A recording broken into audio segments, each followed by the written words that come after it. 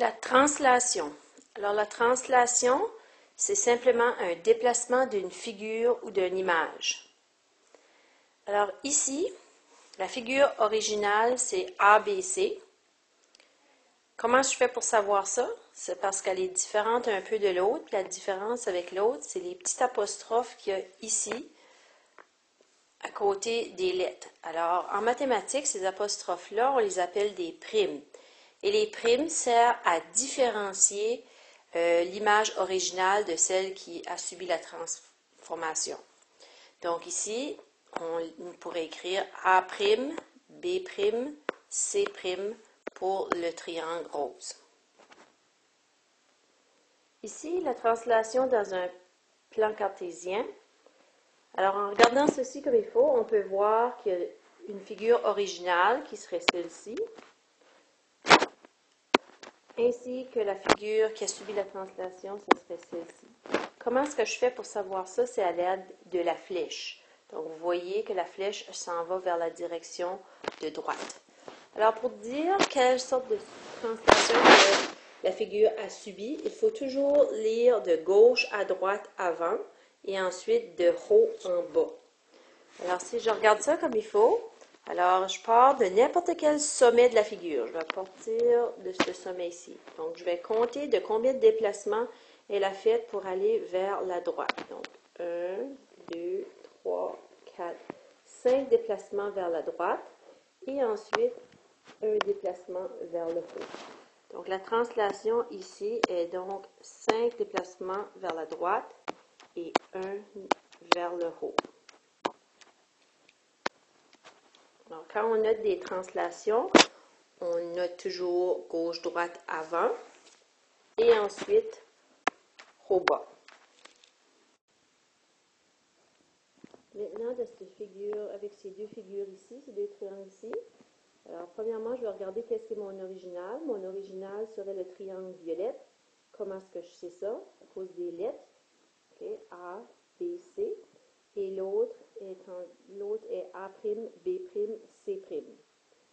Alors, on va voir quelle sorte de translation que le triangle violette a subi. Alors, toujours de gauche à droite avant.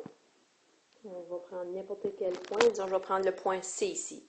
Donc, le point C, je vais 1 vers la gauche.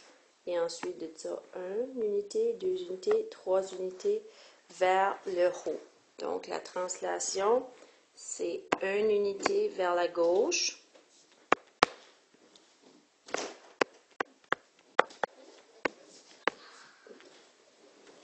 Et 3 unités vers le haut.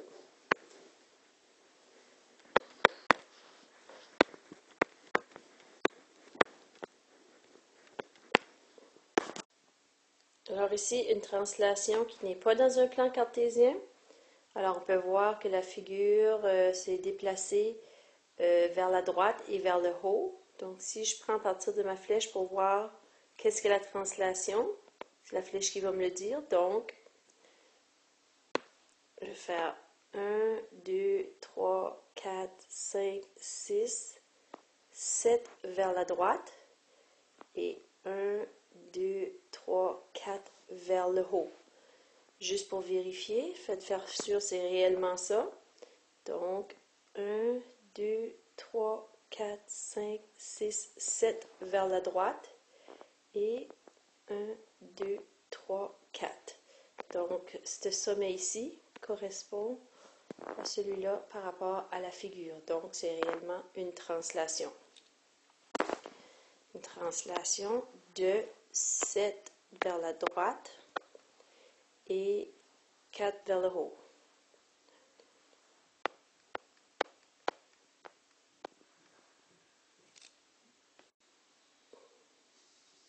Alors, dans cet édifice ici, on peut voir les translations.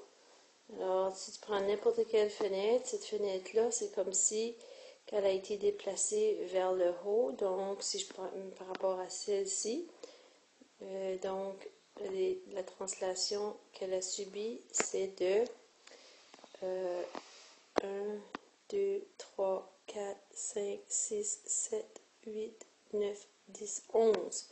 Donc, ce serait 0 vers la droite ou gauche et 11 vers le haut. On peut aussi voir les translations dans des trottoirs qui sont faites en briques. Donc, si vous regardez ici, alors ça, c'est des figures qui ont subi des translations.